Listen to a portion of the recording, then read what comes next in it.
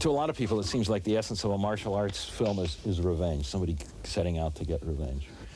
And that's probably true, but I think there's another element in the martial arts, which is that the hero not only sets out to get revenge for some wrong that's done him, but he sets out to conquer his own demons in some way, and that in meeting the bad guy, he in essence sort of has to meet his own demons. So it's kind of a noble hero alone against the odds, and his weaknesses are known to him alone.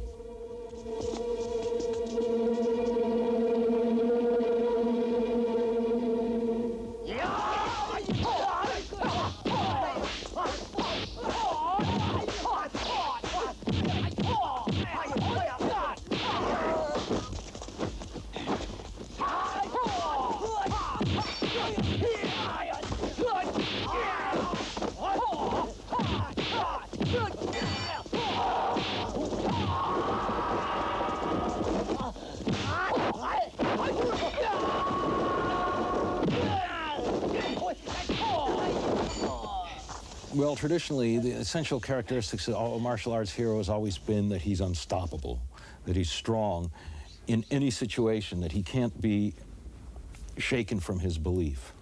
But I think as the martial arts hero matures, we're going to find more and more dealing, again, with inner conflicts in the martial arts hero, with that demon that I talk about that he has to face in himself. I think that's a kind of a maturation process in that whole thing. And if you look at the old films, and even the old Bruce Lee films that were so wonderful, the psychological complexity of that hero was almost nil compared to what we're starting to see now.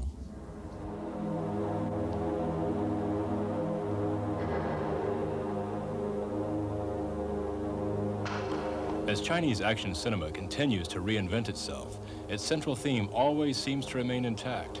For no matter what type of weapons are used, or which era, the connecting theme of these action extravaganzas is almost always the act of vengeance. Perhaps this is why these local Chinese films, with their universally understood messages, have won the appreciation of moviegoers all over the world.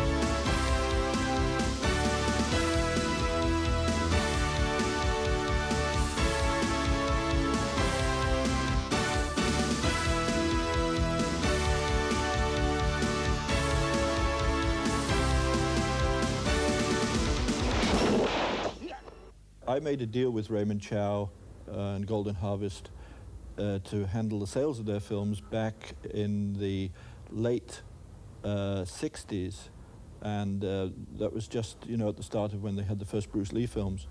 And it was funny because when they told me they were kung fu films, I'd never heard the word kung fu, and when you hear a new word for the first time, it took a long time to grasp this word kung fu and what did kung fu mean, and the idea that now it's a household word known all over the world. Everybody knows kung fu. That is just like an amazing thing, because you can say that short time ago nobody had heard of it. Before the worldwide kung fu craze, Western movie audiences found adventure with cowboys, musketeers, and gangsters, while the Chinese had their own parallel heroes. Although the action in these films wasn't sophisticated, box office receipts demonstrate that the audience loved it. 嗰陣時咧冇指導冇嘅，係每一個人每個鏡頭一個人一個主角出嚟打，咁啊打3個武行，咁由3個武行咧就設計一樣嘢同佢對打。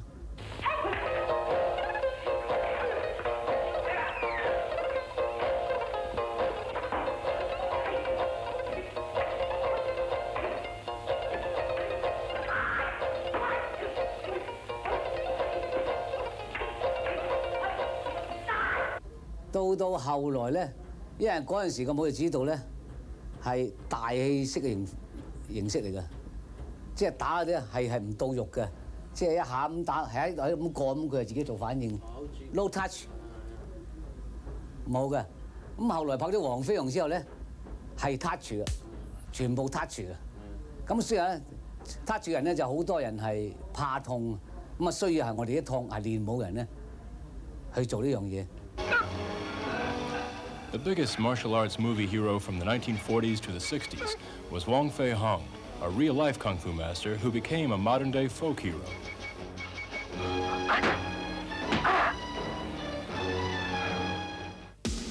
Playing the lead was Quan Tak Hing, a Chinese opera actor. Quan Tak Hing made nearly 100 films as Wong Fei Hung, and his image became synonymous with the character. 我發黃飛鴻咧，就係咁樣，我就崇拜嘅人格，又係我咁樣拍落去，所以咧，我記得有年環球公司有人過嚟香港話，佢話香港啊掉一個氫氣彈咁咩事話，電影嘅氫彈，我嗰年拍30幾部，間戲院你係黃飛鴻，你係黃飛，你係黃飛，間做黃飛鴻，黃飛鴻打黃飛鴻，佢冇一好睇，係冇教人壞。冇剝衫，冇3級片你睇，冇講臭口。如果打壞人咧，佢救翻人哋；個壞人咧，害到佢唔死咧，佢仍然換讓佢，所以就得人敬愛啦嘛。咩？自到如今，你仲有咩説話好講？啊！大老爺，我請你千祈唔好係聽人家一面之詞。One important new element that the Wong Fei Hung films offered was the occasional use of hand-to-hand combat, replacing the conventional use of weapons as the primary fighting tool.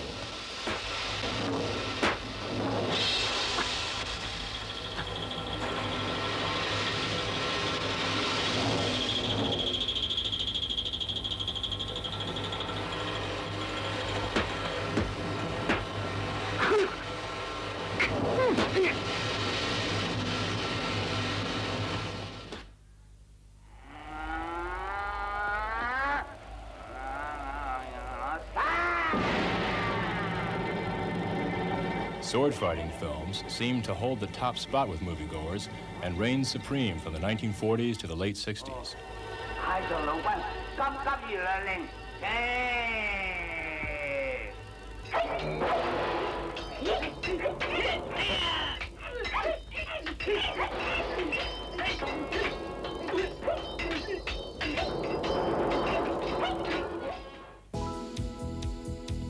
The undisputed king of kung fu movie producers at the time was Run Run Shaw. Together with his brother Run Mi, they established the Shaw Brothers Studio in Hong Kong. Using the old Hollywood studio system as their blueprint, the Shaw Brothers cost-efficiently produced hundreds of fighting films and a stable of actors that no Hong Kong studio has matched in numbers since.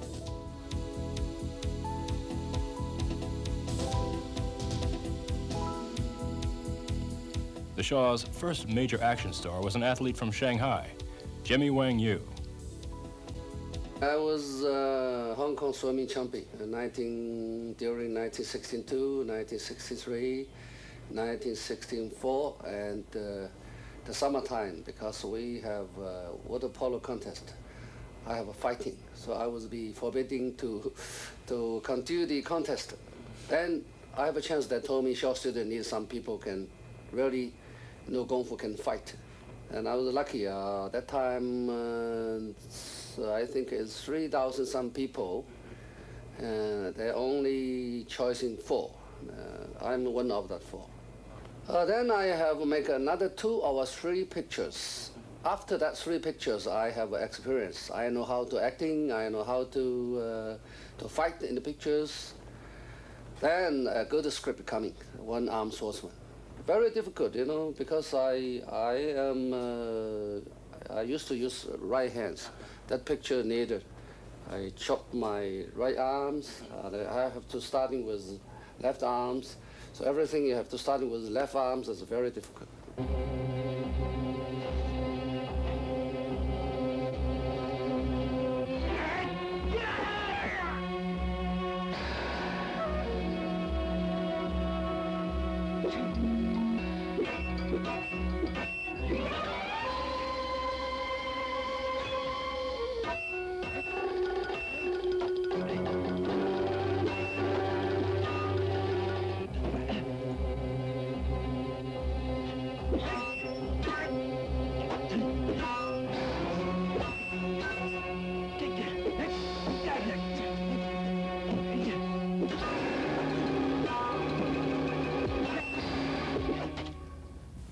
The One-Armed Swordsman was such a smashing success that it spawned numerous sequels, even after Wang Yu left the Shaw brothers. But Wang Yu's biggest film was The Chinese Boxer, in which only empty hand fighting was employed. That picture was my idea, and I make a script, I direct, I am a leading actor, because I have a good idea, you know, because everybody say karate is so powerful, and Chinese Kung Fu also is so powerful. Why don't you put them in the one film?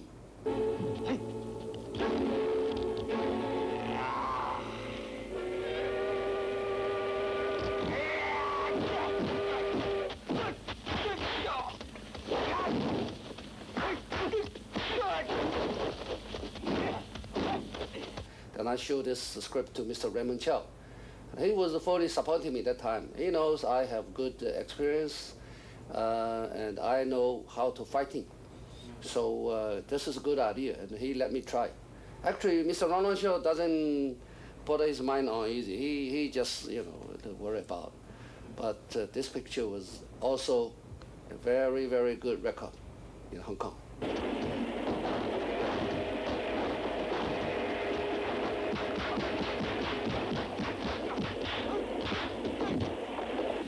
The success of The Chinese Boxer was an indicator of the shape of things to come in Chinese action cinema.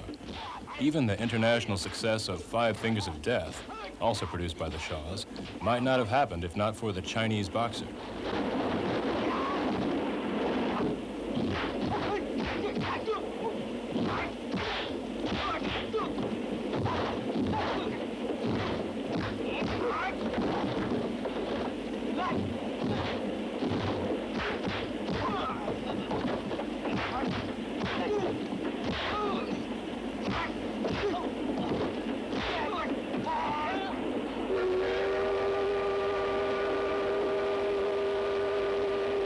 That was the first Kung Fu movie. Yeah. Because of this one, a lot of directors, they copy my idea, they make a very similar script.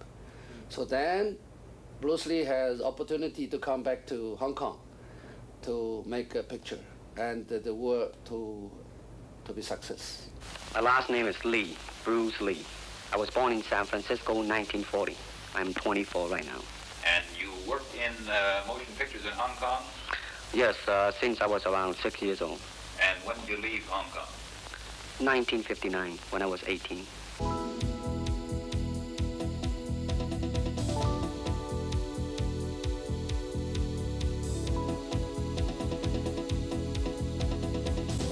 While the Shaw brothers were satisfying Chinese audiences, Bruce Lee was in the USA trying to make a name for himself in Hollywood. His first opportunity came when he was cast on the Green Hornet television series. Discouraged by the barriers set by Hollywood, Bruce Lee returned to Hong Kong to make films for a new studio called Golden Harvest, headed by former Shaw Brothers executive Raymond Chow. The films broke box office records in Asia, but surprisingly, film distributors in the Western Hemisphere didn't come to look at them, feeling they had no commercial value for their territories. The first real breakthrough was in Beirut. I did a four-wall deal for Big Boss in Beirut, Big Boss being the international title, which was released in America as Chinese Connection. And we did a deal in Beirut, and the film just took off. And people were flying to Hong Kong from all over the world to buy Kung Fu films following that. And that was really the first breakthrough. The popularity of Kung Fu films made Bruce Lee an overnight superstar. He had that certain screen charisma, which is a mysterious thing. When he walks on the screen, your eyes are there on him. You're not looking any at the extras or the scenery or anything else. There was such an authority, such a force about him. A karate punch is like an iron bar, whack. A Kung Fu punch is like an iron chain with an iron ball attached to the end, and it go whang, and it hurt inside. He ignited a spark, which made everybody very enthusiastic about the martial arts. There are various kinds of strikes. It depends on where you hit and what weapon you will be using. To the eyes, you would use fingers. Don't worry. To the eyes, or straight at the face, from the waist, everything on. Hold it just a minute. Let's move this gentleman around this way so you're doing it more into the camera. Okay, as well. And then there is band arm strike, using the waist again into a back fist. And let's have the assistant director back up just a ways. Okay, go ahead. Continue. And then, of course, Kung Fu is very sneaky. You know, the Chinese, they always hit low. From high, go back to the ground. Now turn around the other way with your Bruce. Okay. Yeah. And, What you want him to yes. do? These are just natural reactions. That's Right, it. right. That is Right. natural. Right into the camera. Cheat into the camera a little bit and show this again. All right. Go ahead. There is the finger jab. There is the punch. There is the back fist and then low. Of course, then they use leg straight at the groin or come up. Or, if I can back up a little bit, they start back from here and then come back. 功夫片咧係兩種睇法嘅。如果真正係功夫片咧，我話只得個係李小龍，其啲唔係功夫片嚟嘅。 All right, for instance, you will read it in the book, in a magazine and everything, that when somebody grabs you, you will first do this, and then this, and then, and then, and then, and then, thousands of steps before you do a single thing. Of course, this kind of magazine would teach you to be feared by your enemies and admired by your friends and everything. But in Kung Fu, it always involves a very fast motion. Like, for instance, a guy grabbing your hand. It's not the idea to do so many steps. Step him right on the instep. You let go. This is what we mean by simplicity. Same thing in striking and in everything. It has to be based on a very minimum motion so that everything would be directly expressed. One motion. And he's gone. Doing it gracefully. Not to go, yelling and jumping all over him, but to do good. Okay, now show me once again just a few movements there. Well, Kung Fu can be practiced alone or with a partner. Practicing alone, they involve form. Some imitate a crane, a monkey, a praying man. This is a crane form. Start off.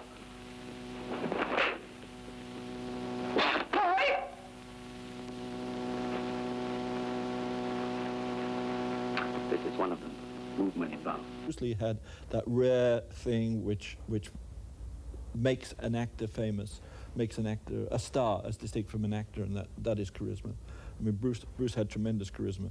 And what exactly is charisma in cinema? My personal belief, a lot of it is ego. I mean, you have to have a really powerful ego, and that comes across on the screen.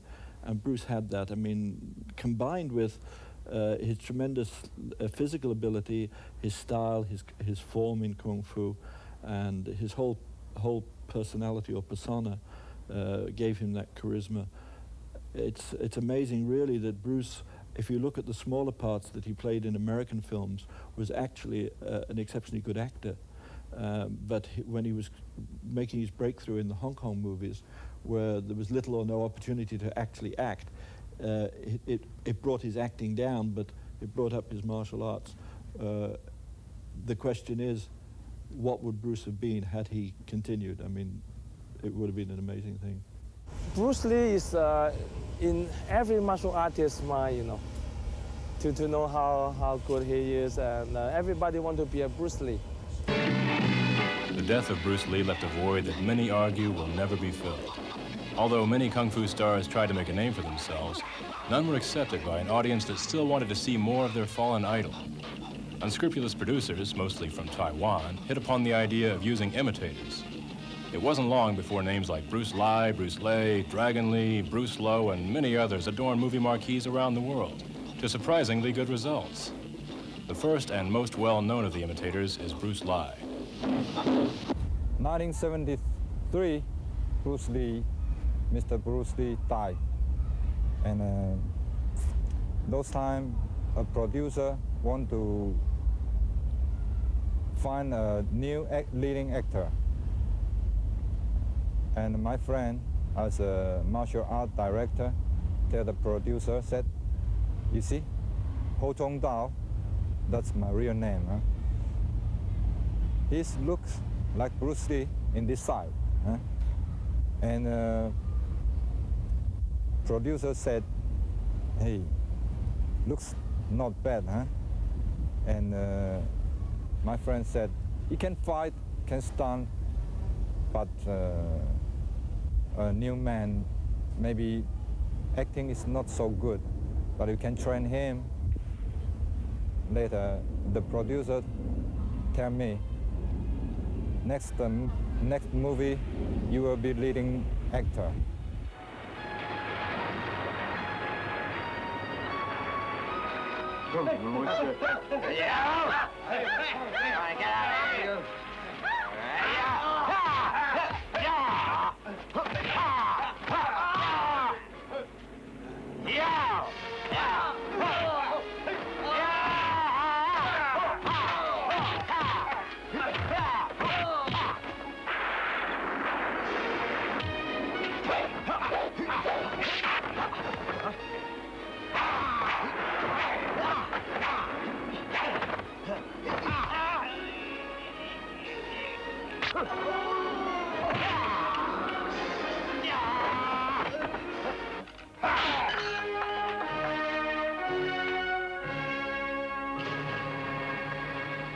I don't like make more and more about Bruce Lee's story, or maybe his brother or his son, anything.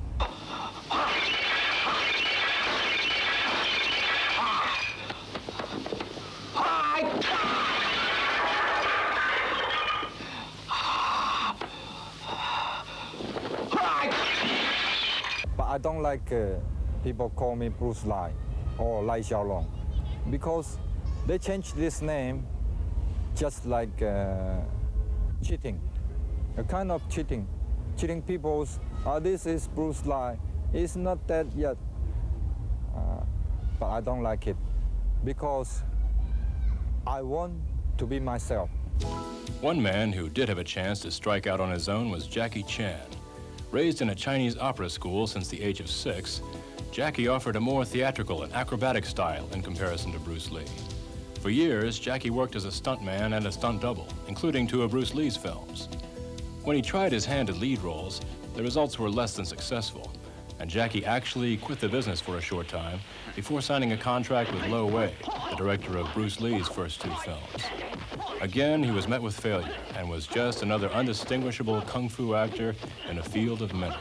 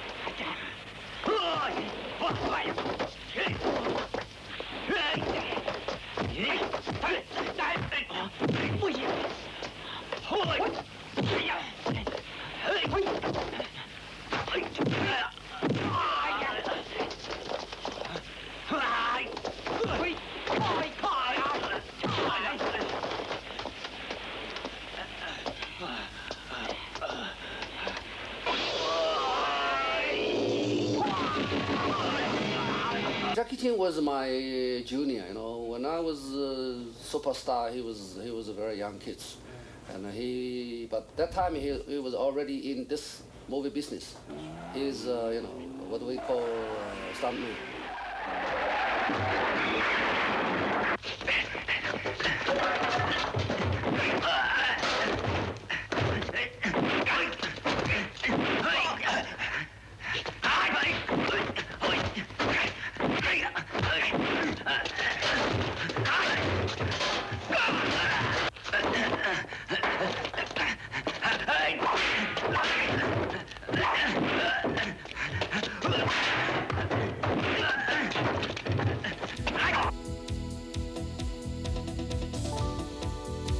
It wasn't until director Yuen Ping borrowed Jackie from Lo Wei to make a kung fu comedy entitled Snake in the Eagle's Shadow that Jackie found stardom.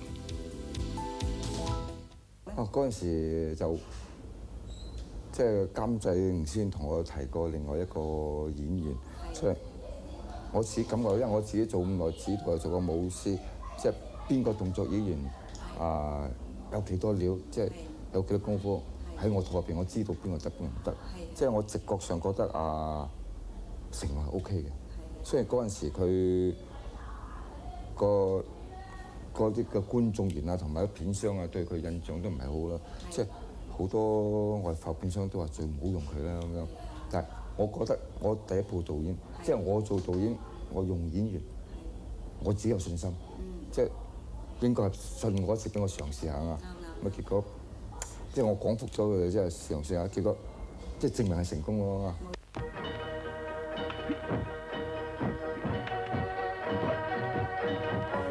Yuen Ping and Jackie's second collaboration, The Drunken Master, outgrossed Eagle's Shadow and firmly established him as the #1 Chinese action star.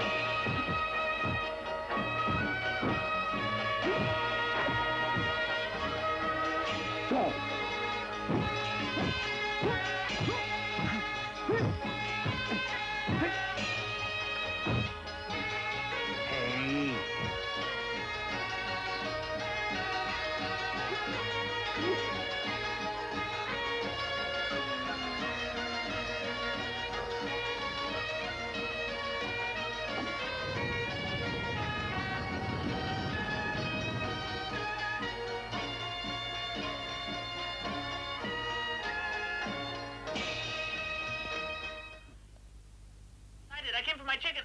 Bye. Oh, I'm sorry. I don't want to cause any trouble. I just came for my chicken. Look, here it is. Oh!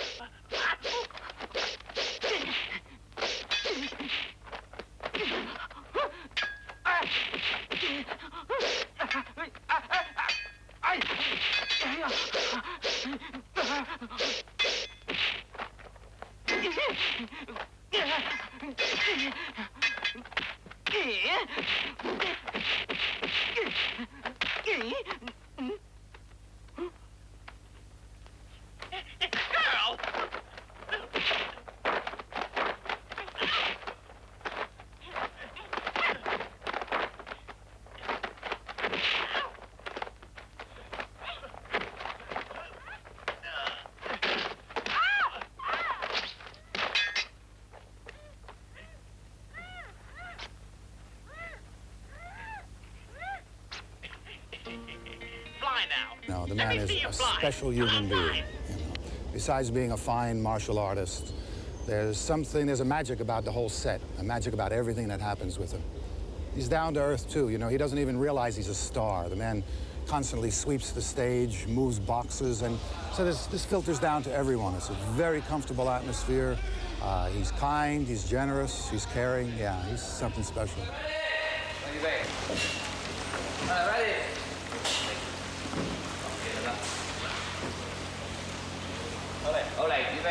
Go. Go. Action!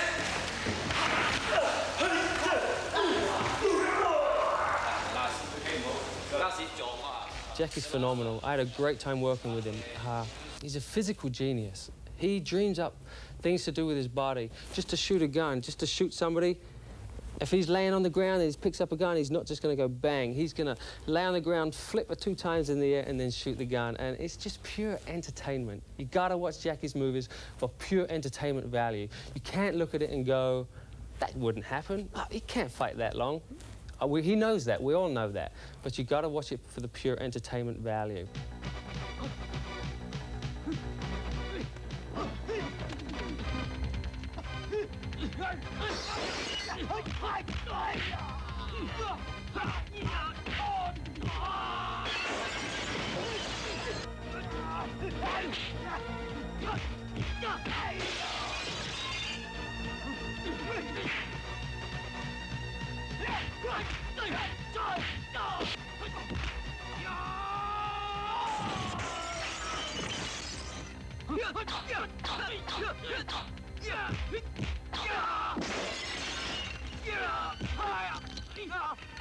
Jackie's fights are more like dances.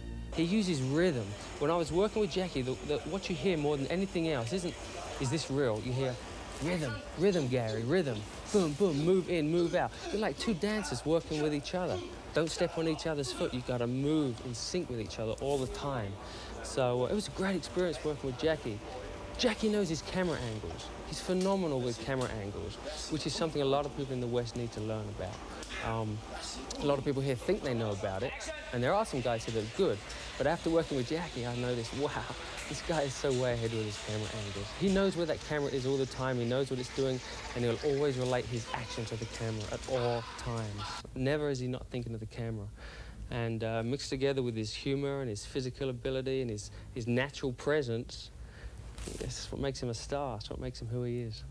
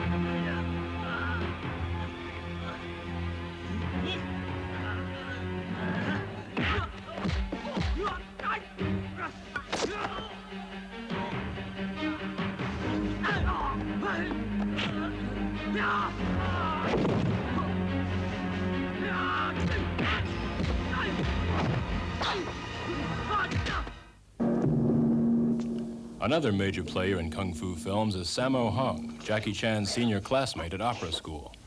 Entering films at the same time as Jackie, Sammo made a name for himself not only as an actor, but as a fight choreographer, writer, and director. Although not internationally known, he deserves the highest respect for his trend-setting contributions to the genre.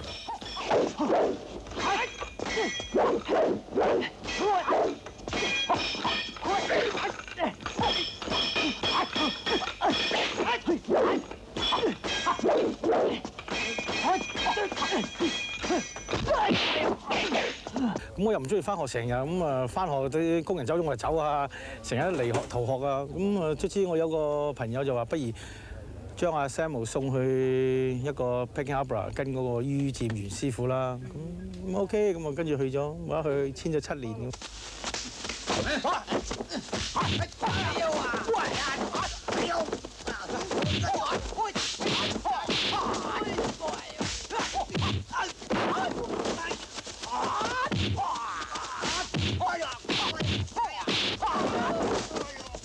我好細個嗰時咧，學到一半嘅時間咧，已經係喺度拍啲童星嘅電影。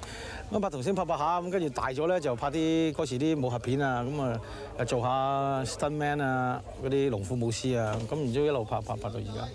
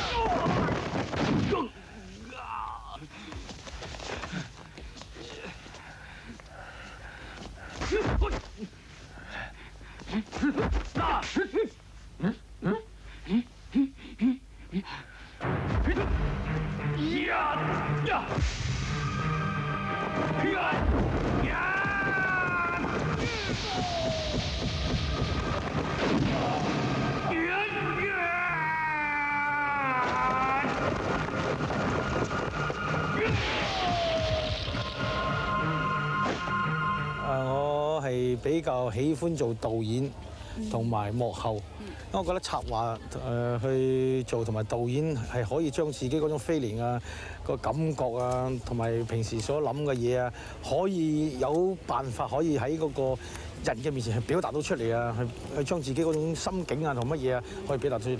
做演員嘅話咧，未必一定可以做呢樣嘢，因為做演員呢個嘢要聽個導演個戲啊個故事係點樣，你將佢嗰個演繹個故事去點樣演繹出嚟。但係如果似做導演嘅話咧，可以將自己中意嘅嘢做出嚟。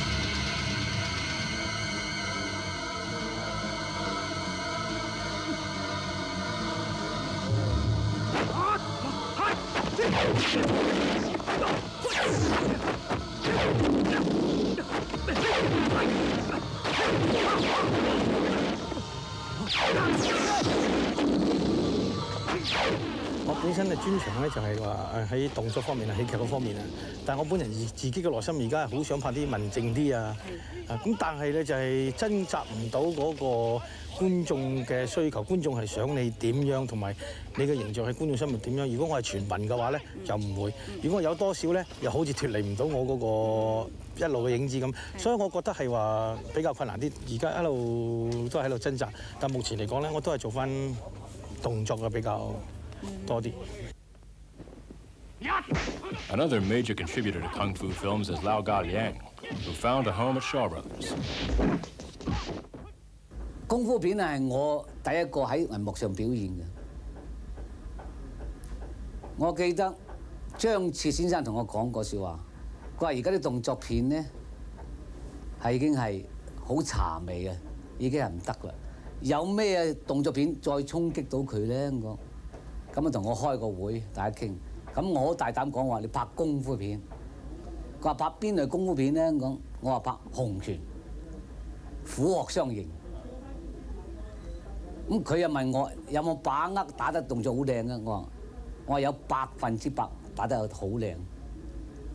咁啊，除咗虎鶴雙形做咩啊？我好多啊！我話龍蛇虎豹鶴係5形拳，你可以喺電影表現出嚟。咁啊好啦，應承度好個劇本就係拍一部叫《少林五祖》喺台灣嘛。咁啊，將每一派嘅拳術打晒出嚟，係非常賣座，非常吸引人哋。咁後來咧得阿邵氏公司方日華小姐極力挽留我，希望我做導演。The fight you are watching would have been unheard of in the 1970s or 1980s, as both Sammo and Liang were signed with rival studios.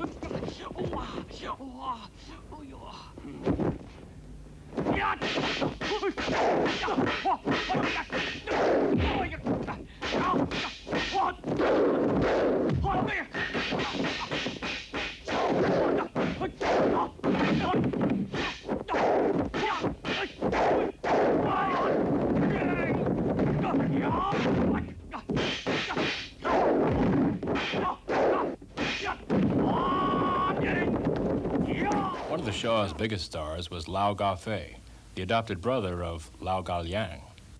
I learned the martial art when I was 9 years old. I followed my brother, Lau Kar Leung. There's the director of 36 Champion. And then Lau Kar Leung let me enter to Swords Brother and start my life.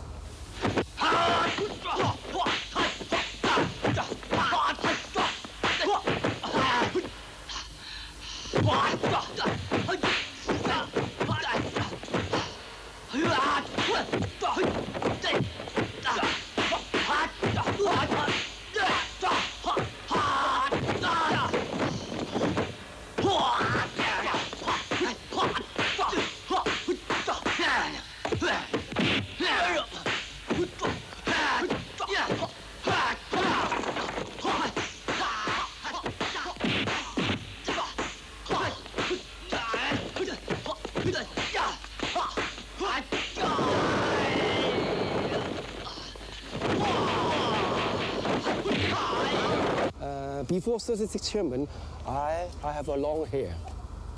But after 36 Chairman, I know many fans love my head. Like I'm be a monk, so okay. I think manga is give the people good image. When I do any action, have the spirit. It's better than the other. So I be a monk the style, monk image. 你嗰個咩煙通走好啲？正式。好啦，預備啊！嗱roll action 演散。 Another Shaw Brothers star is Lung, who joined the Shaws in the late 1960s. Like everyone else, he was put through a rigorous training program to prepare him for his new career. The studio recruit lots of young men, so I joined to starting as a stuntman for nearly 6 months for training, and then after that I become an actor.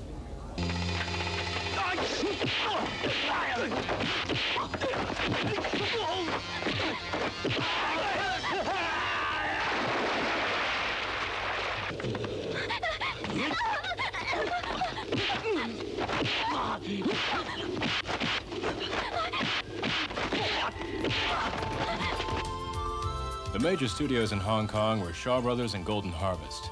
The demand for kung fu films was so great that there was never enough studio space in Hong Kong, nor enough shooting time to satisfy producers.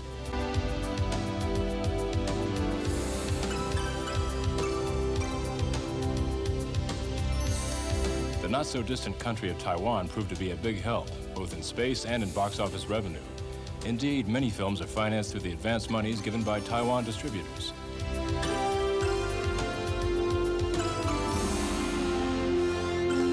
Taiwan is also a filmmaker's dream.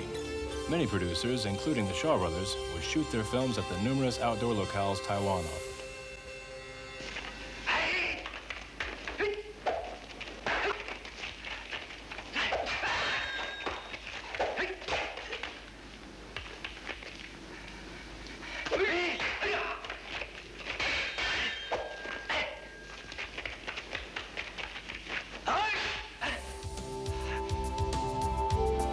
The Central Motion Picture Company is a government-owned facility that is equipped with a working Qing Dynasty-style village, complete with shops, restaurants, and houses. A wide array of costumes, props, and even animals are available for anyone wishing to film there. Taiwan also produces films, which often entice many Hong Kong stars with big paychecks. It's a good money here in Taiwan. So I've been in Taiwan for 3 years and I make about 5.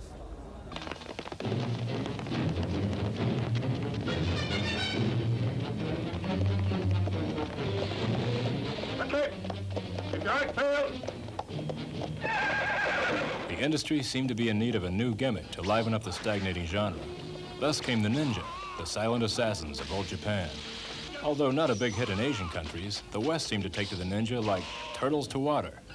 The man who made a virtual industry out of the ninja was Menachem Golan, who then headed Cannon Films. The ninja theory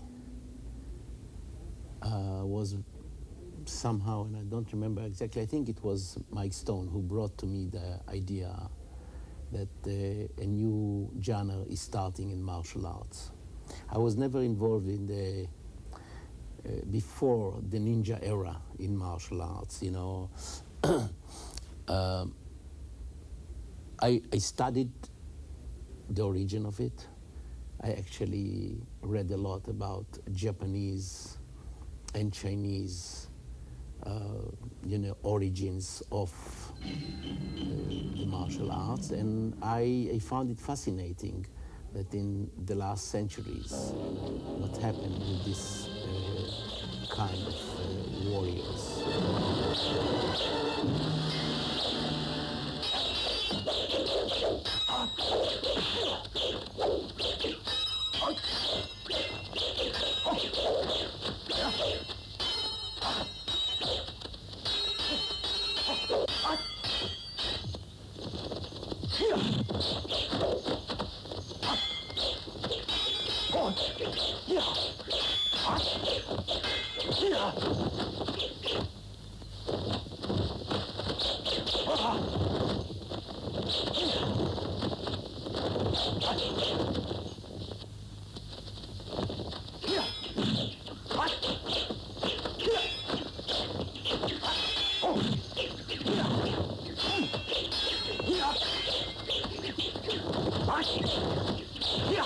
I went and I studied and I learned what does a real ninja means.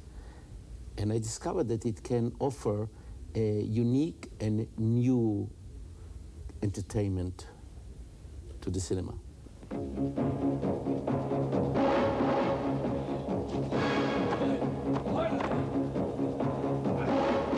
The training of the 7-element ninjas is tough.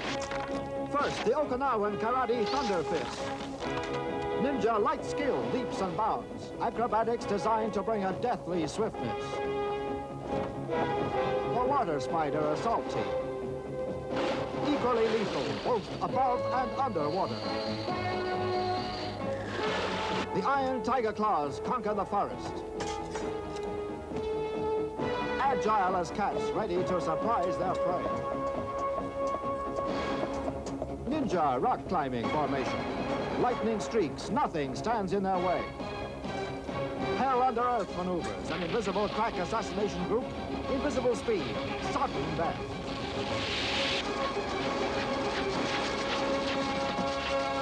And the kids were the biggest fans of those. I mean, when I've gone overseas to work on films, they recognize me, they come up to me, they'll either say Jackson or whatever.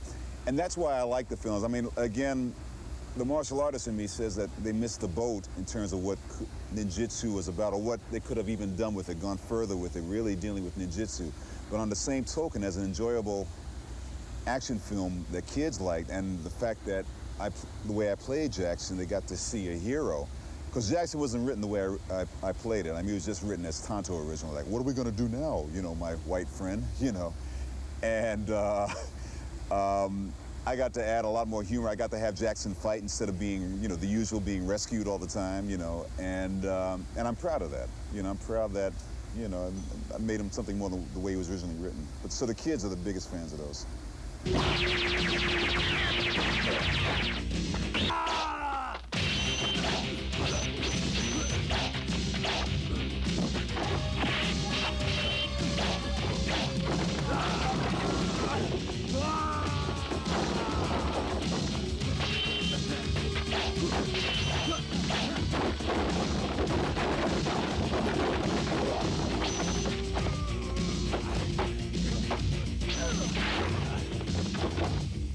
Somebody decided to make a kickboxing movie, which was at the time a good idea.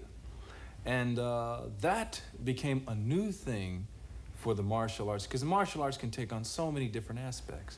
But then it took on that one, and it kind of made the ninja movies obsolete.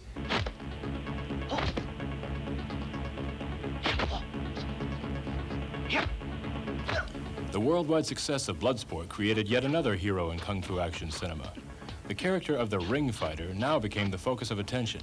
For the first time, many Western martial artists had a chance at leading roles, in contrast to earlier times.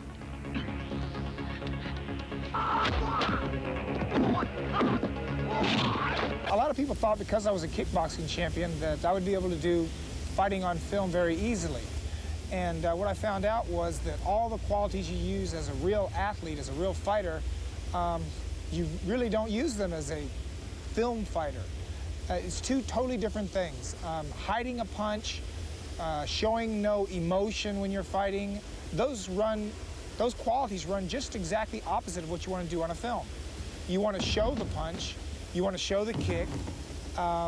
If you get hit, you have to take the reaction and show the pain, the effect of the blows. So really, they're completely different. It's all cosmetic for film. It really doesn't matter whether I can run 6 miles or not, or whether I can fight 12 rounds. My cardiovascular is not as much an issue as muscle tone. So I do a lot of weight training now, and your flexibility, of course, it's important for a real fight, but it's really actually more important for film fighting, because you've got to really be able to extend your legs to get the more dynamic and dramatic fight scenes. In reality, if someone were to grab you, for example, or someone's throwing a simple punch, you're not going to do anything fancy. Someone grabs you, just do a simple, let's say a simple jiu-jitsu takedown, or they grab you and you just go wham with a straight punch or wham with a straight elbow, boom, and it's over. You go into films and they want you to do something fancy like a block, a strike, strike, strike. You do some sort of circling movement, something that looks colorful using broad angle type movement.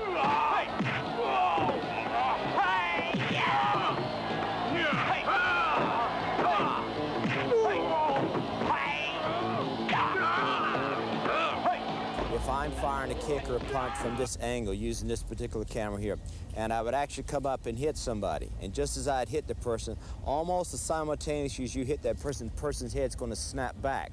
Well, on film, that's a miss because you don't really see the contact. You draw a straight line from the camera, or a string straight from the camera to the target. And whenever you throw a punch or a kick, you want that punch or that kick or elbow or whatever it is to cross that string or to cross that line, such as if I have a string from the camera to my chin and you're firing a kick, you want the kick to cross over that line, otherwise it's a miss. Anytime there's daylight between the strike and the target, it's a boo-boo.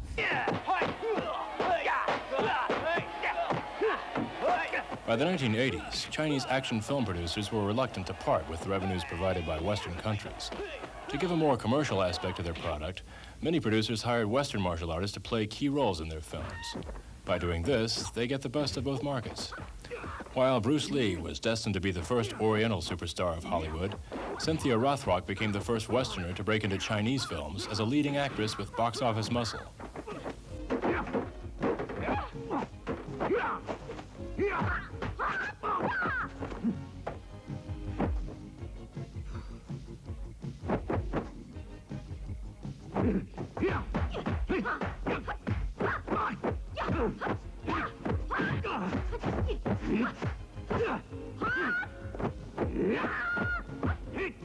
Then when I was there, the director, the producers that were there from Hong Kong, they said, well, let's see what you could do. So I did what I could do, and they said, well, we got a good idea. Let's go with a woman instead of a man. And then all the guys are mad at me. They said, what'd you bring her for? What'd you bring her? But that's how it got started, is I went on this audition, and they signed me up to do a picture.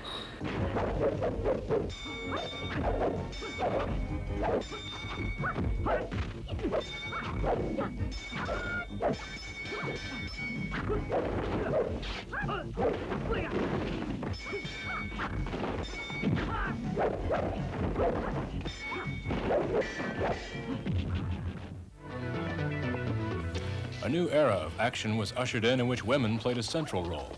Kung fu moviegoers responded favorably to strong foreign women, whether they came from the West or some other country in the Orient. It wasn't long before the Chinese film industry had an abundance of overseas talent arriving to seek their fortunes.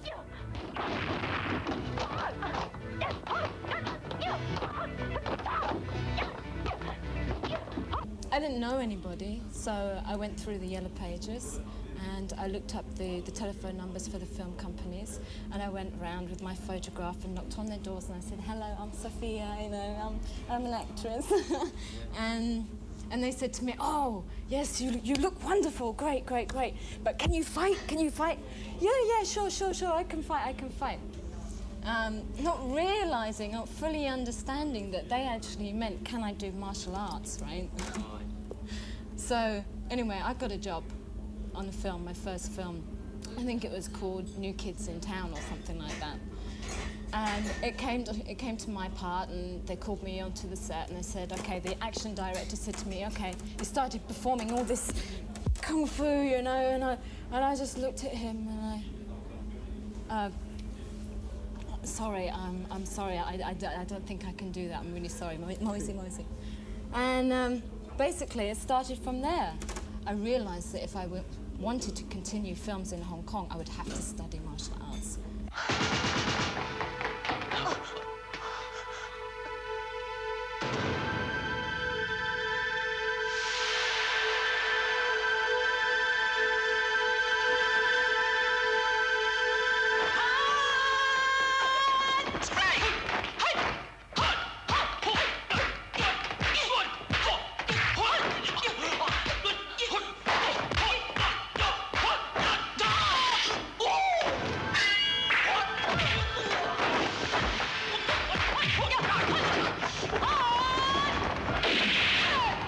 Don't be fooled by what you see on the screen. It's really not as easy as it looks, you know. It took me a long time to get into it because there's so many things you have to learn. And also you have to have a lot of tolerance, a lot of patience, a lot of stamina. You have to be really dedicated to your training, because if you're not physically fit, you cannot keep up. I mean, first of all, the hours are long enough on a set anyway.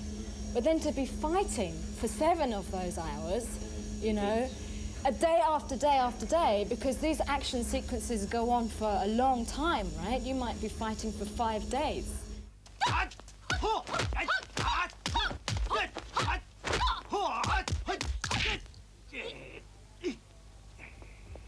I learned is a Japanese Goju-ryu karate from Mr. Miki. Is one of the master is in karate.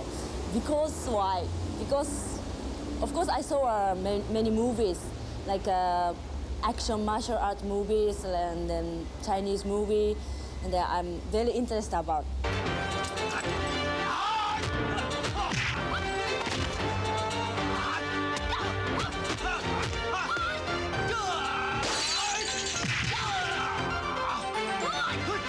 Hong Kong movies like a real fighting. Like sometimes it's really punch, it's very hard.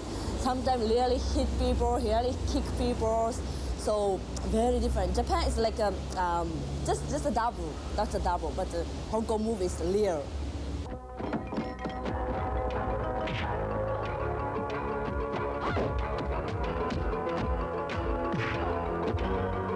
Action director is very important for us. It's action actor, actress.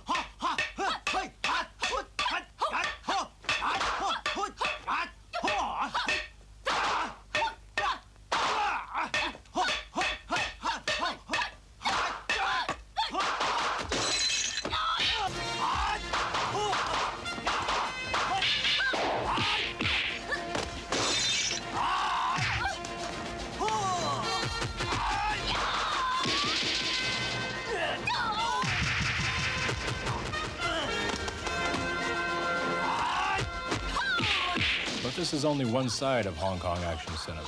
Many filmmakers had other ideas besides kung fu films for entertainment. When I started in Hong Kong, that was in 1978. It was the world of kung fu films, and they are, a lot of them are very crudely made, except for, some big pictures like Jackie Chan, those people are great, but, a lot of the other films are really very, very bad. And then the new directors came out, the directors who were educated here in film schools, and what we call the Hong Kong New Wave, that must be in the early 80s. That was great because then you see different kinds of films being made and, new actors coming up. Many aspiring Hong Kong filmmakers were educated in the West and brought back not only new film technology, but new Western ideas in terms of script formation and emotional depth in their characters. No longer content with caricature heroes, the new action role model was one of strength, virility, and maturity, who faced very real problems and resorted to more realistic solutions.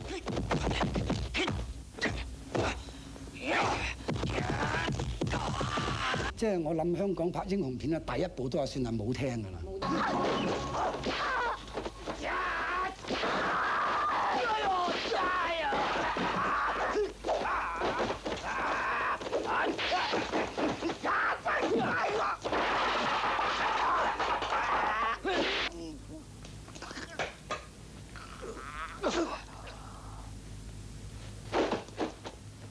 拍出嚟全部都係香港黑社會式嘅，嗰部真係第一部。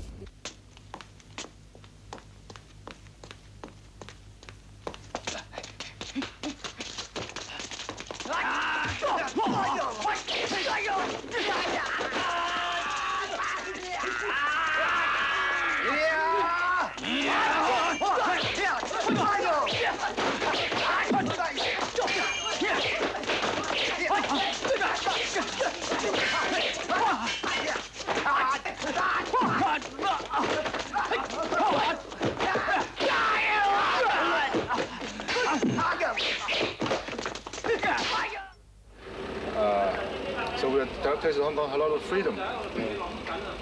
So he's always working on a script, always changing, improvising, making things up. And that's how a lot of movies made here.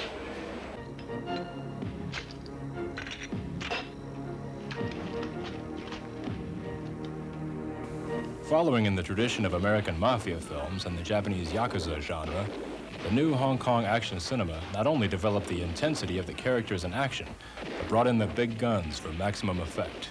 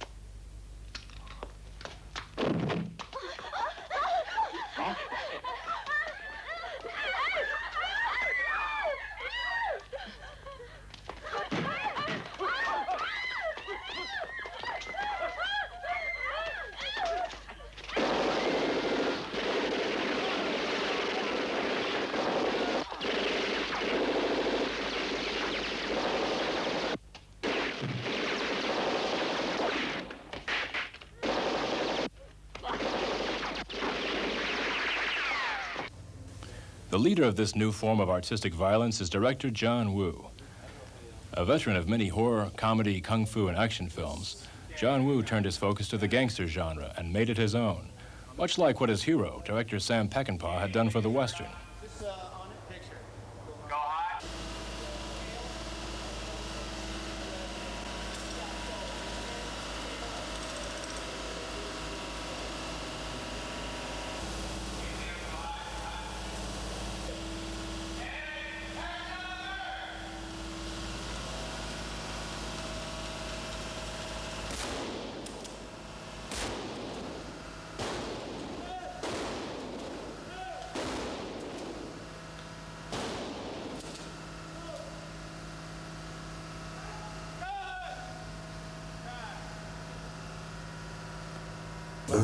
The way to talk about John is that, first of all, if you haven't seen his movies, what you got to know is that he does the most protracted action sequences ever on film. And what's good about him is within the framework of this extreme violence and extreme, you have all the elements. You have the bad guy and the good guy, and you have the killable dogs that are running around, you know, and you have all the windows and doors and ceilings and lights and floors exploding everywhere. But that's not it. The way he constructs it, it's like this incredible ballet. And within this ballet, even though you couldn't speak Chinese, and you can't take your eyes off the screen, so you're not going to read the subtitles, you're getting this incredible story that he does visually. And it's often very tender and between two people. Killers was almost a love affair between two men. It was like this incredible, not offensive, not that women wouldn't like it. It was so unusual. I mean, it's a mind blower. The guy's like a poet, which separates him from other action directors because usually their content is from a great distance. All of his action is very close, he wraps it around you, so you're not going to be able to get away from it. 喺60年代咧，60年代我係好受，除咗話我好中意西部片之外，我係好受歐洲電影嘅影響，尤其是係梅維爾嘅電影啦，我係好中意佢嗰個《Last Samurai》同埋《Red Circle》，即係佢嗰種合義精神同埋嗰種一個存在主義式嘅槍手嘅感覺咧，使到我好入迷。我好中意，因為我好中意係槍手嘅形象。再加上60年代係睇好多日本電影，日本電影係好似高倉健嘅電影啊，嗰啲係關於係Yakuza嘅電影啊咁。所以其實影響我最大嘅咧都係阿龍電龍嘅形象，所以到我一有機會拍我自己心目中中意嘅電影嘅時候咧，就係我就好想將嗰種精神表現出嚟，所以我就中意拍槍戰電影多過拍中國嘅古裝武俠片。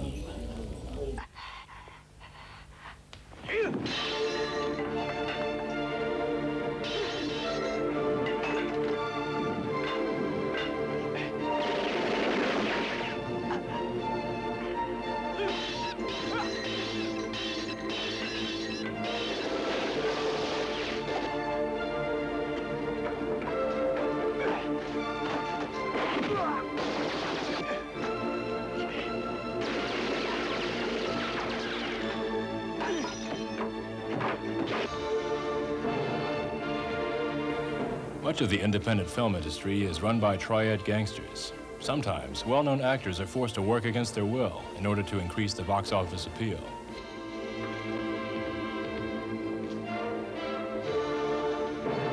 It is Hong Kong, you know what I mean? Sometimes you have, you got some, friends, you have to make the movies. Sometimes when you don't want to make, but you have to make.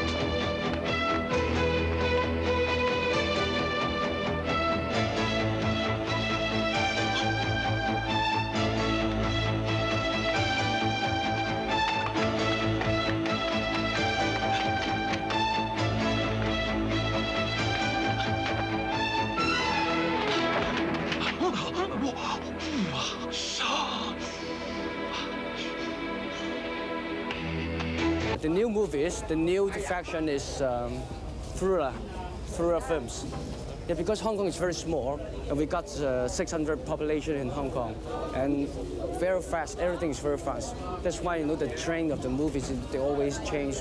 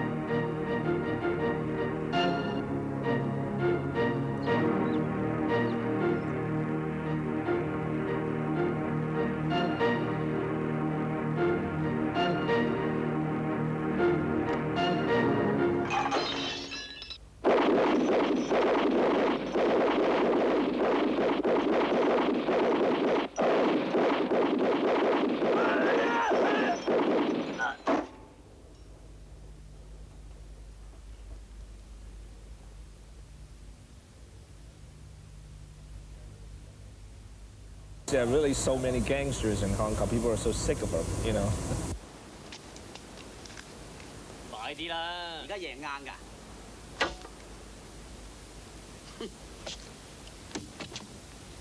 死咗翻嚟啫咩？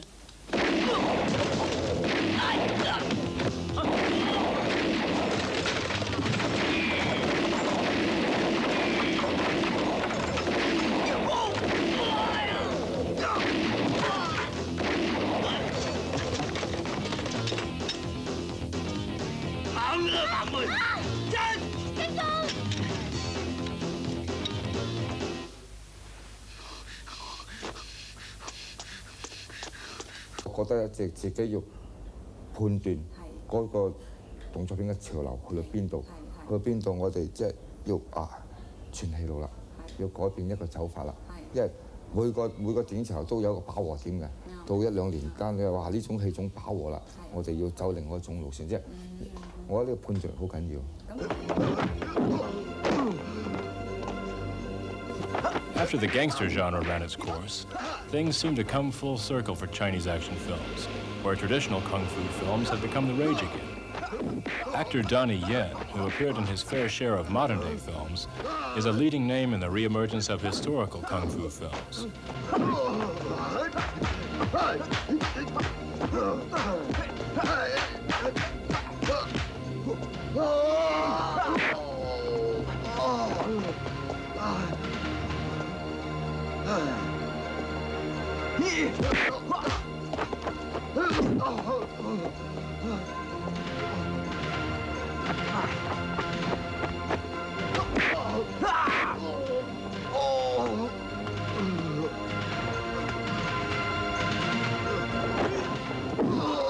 It was never my intention of being a martial art or a Hong Kong movie star.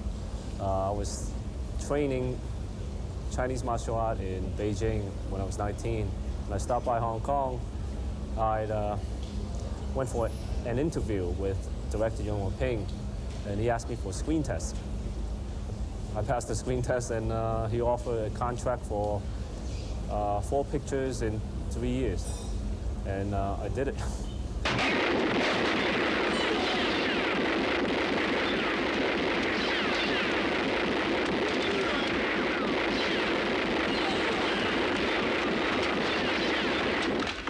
I watch a lot of different action actors like Jackie Chan and Sammo Hung and of course the late Bruce Lee, and I try to capitalize on each of their unique fighting style and put everything together and form my own characteristic fighting style.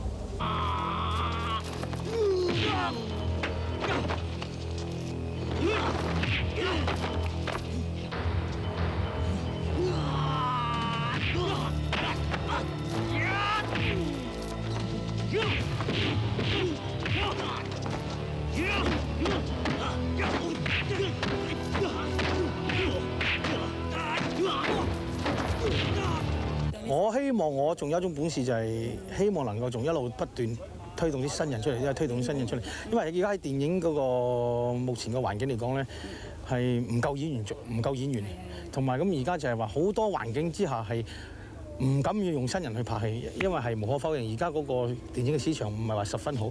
而家好啲咧，通常都係好有份量嘅演員。咁所謂成日拍嚟拍去都係呢幾個演員。咁我希望多啲導演咧，多啲製片家咧，係可以推動多啲新人，能夠俾觀眾可以接受到。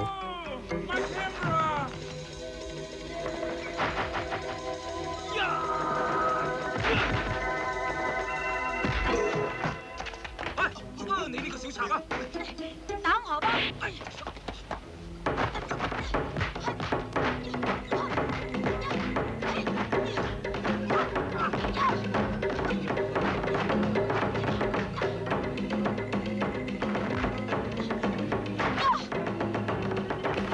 Perhaps the most outstanding part of Hong Kong cinema is the incredible stunts, unrivaled anywhere in the world. As for stunts in Hong Kong, well, here in America, I've very, very rarely ever been stunt doubled because most of the action is martial arts action. You take a hit, you do a fall. In Hong Kong, they have a lot of crazy stunts in their movies, but even Jackie now, Jackie is known for that. He was the first guy to show a guy fall 3 stories and hit the deck. Hit the ground, a concrete floor, rather than landing in boxes or landing behind a cupboard or a building where you don't see the landing. But Jackie will not let the Guai-Lo, the white guys, the foreigners, do any really crazy stunts. He's had a lot of injuries. He told me himself, he says, too many people have been hurt and too many people have died in my movies. They do a lot of stunts in Hong Kong on wires. They have them wired to a harness, so when they jump to do a kick, a lot of times they're not actually doing it with their legs. It's the wire taking them up, bang, bang, bang. And so also with the flips.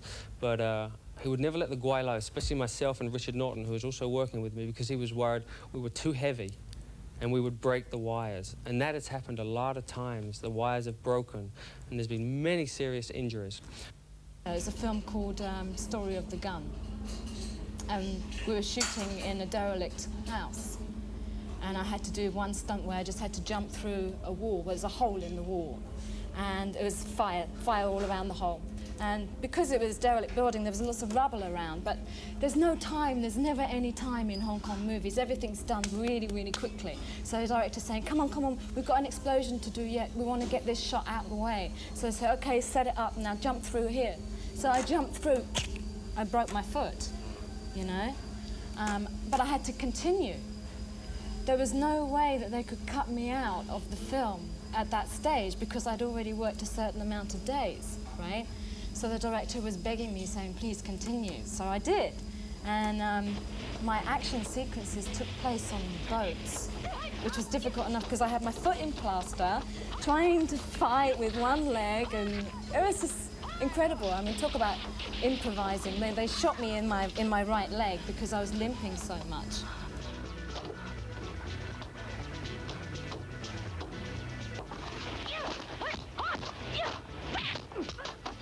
Yeah.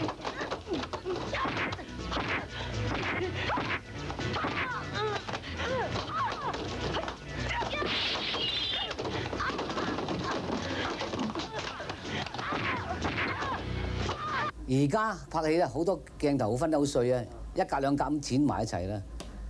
就我想重拍以前一個鏡頭一條鬼落打40幾下40個動作咁拍落出嚟嘅。而家我想行翻呢條路，即係唔係靠機器，唔係靠剪接技術，唔係靠特技，係靠兩個人嗰種基本嘅功夫。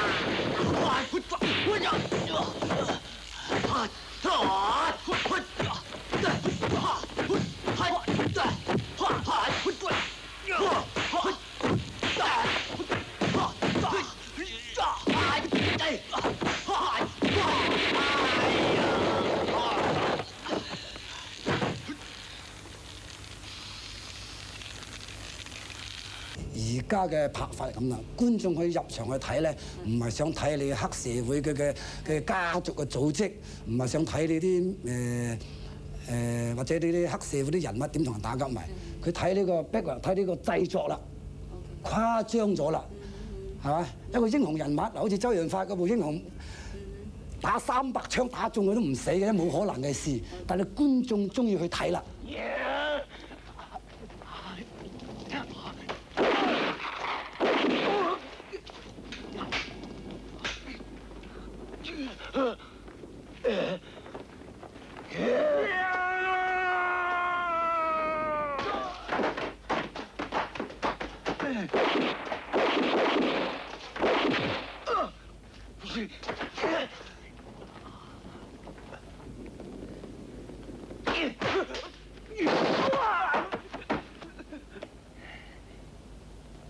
Hong Kong cinema, I suppose, sets the pace for kung fu films.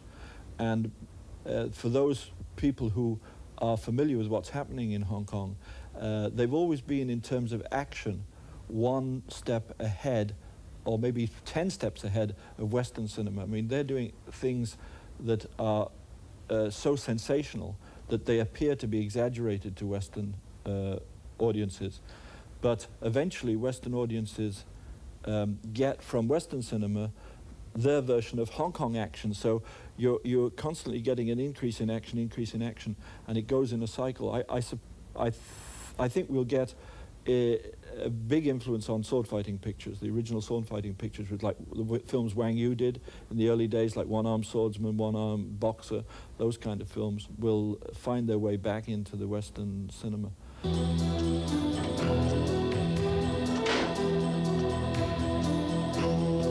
Although it is hard to predict the future of kung fu action movies, one thing remains clear. There is now a worldwide acceptance of these films, and as long as revenge holds a place in the heart, Hong Kong filmmakers will continue to look for a way to release the tension it builds in its audience.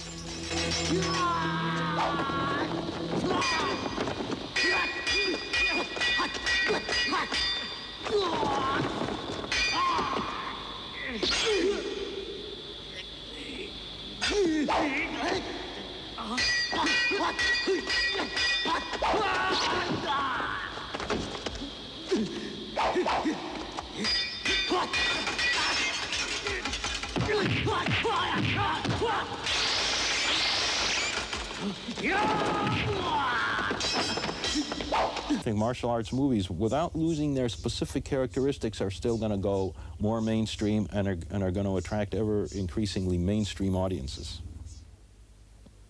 Now, I think the Kung Fu is not only for the Chinese.